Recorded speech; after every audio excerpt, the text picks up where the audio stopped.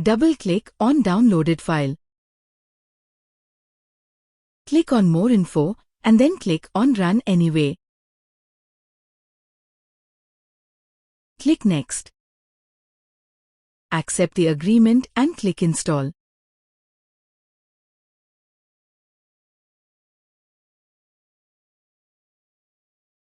Wait for some time.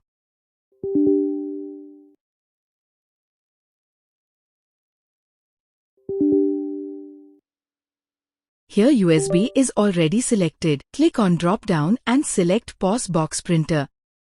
Click on Install. Printer installation is completed. Now go to Settings. Click on Bluetooth and Devices. Click on Printers and Scanners. Here you can see that PosBox Printer is installed. Click on that. Click on Print Test page to check connectivity of the printer. You can also explore preferences to make changes in the printer setting.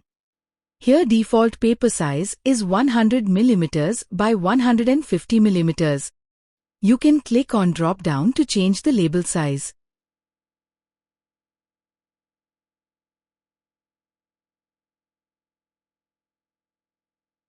You can click on Add Paper Size to create a label size of your choice.